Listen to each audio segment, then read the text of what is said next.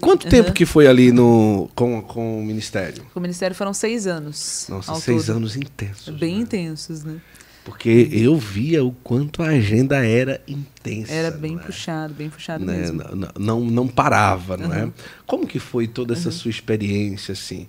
Eu imagino, cansaço, luta, convivência também não é fácil, porque, tipo assim, eu conhecia o Valmir há 5 anos, eu conhecia os meninos há tantos anos e a gente montou o ministério. É diferente. Mas ali você se une a pessoas que não tinham tanta proximidade e começa a viajar. E começa a estar em van, em ônibus, em avião, em aeroporto, e cancela, e tem que deitar no chão, e não sei o quê. Como que foi tudo isso? Nossa. Não, até voltando um pouquinho só na história, você tinha falado do DVD, né? Depois a gente entra nisso também. Eu senti uma diferença, né, da questão do DVD, justamente pelo reconhecimento, né, das pessoas, porque até então as pessoas só me ouviam. Isso o próprio Valmir alertou a gente. Ele falou, gente, a partir do momento que a gente gravar o DVD, vocês vão ser muito mais reconhecidos nos lugares, entende? Da questão da imagem, ela marca muito as pessoas, né?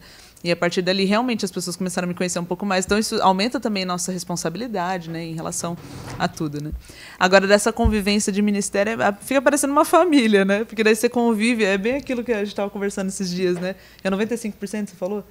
Né? Eu vi, eu tenho um amigo músico que fez um post falando isso. Ele toca com várias bandas. Certo. E aí perguntaram para ele isso aí. Um outro amigo músico falou, cara, eu queria viver isso aí, como é que é para tocar e tal, como é que é ser um sideman, é o nome disso, né? Que você é um músico, mas você não tem uma banda fixa, você toca com todo mundo. Ele falou, cara, o grande segredo, em primeiro lugar, tocar bem. Sim. Óbvio, ninguém vai te chamar para tocar se você toca mal. Sim. Então estuda.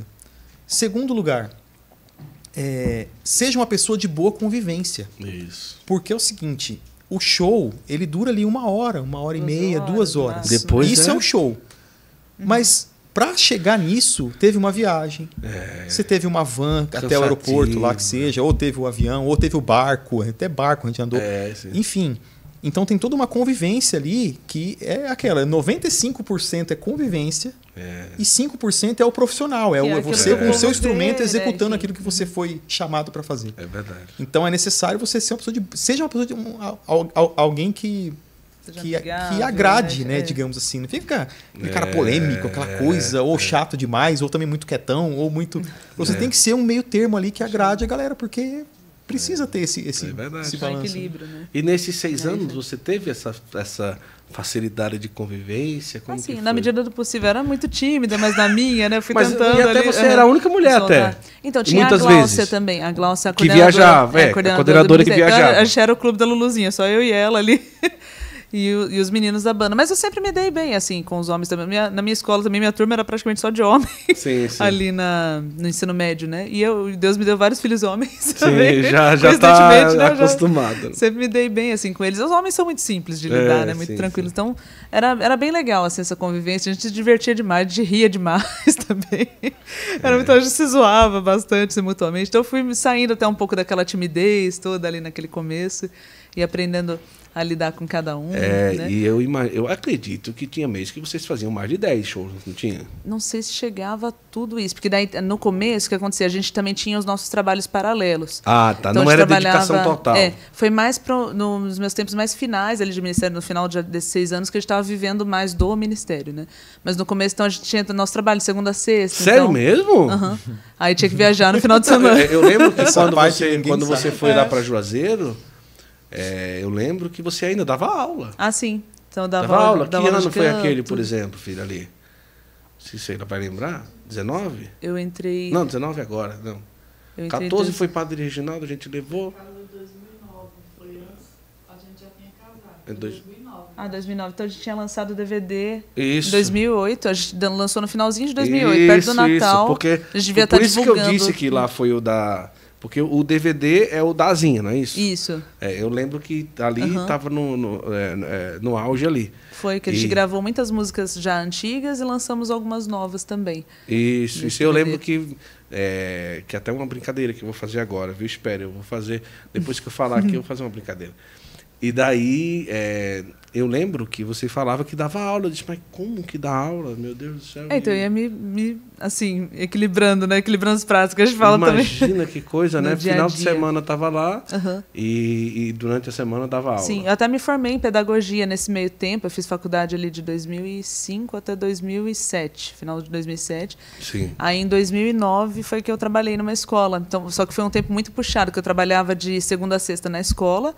Aí, sábado e domingo viajando.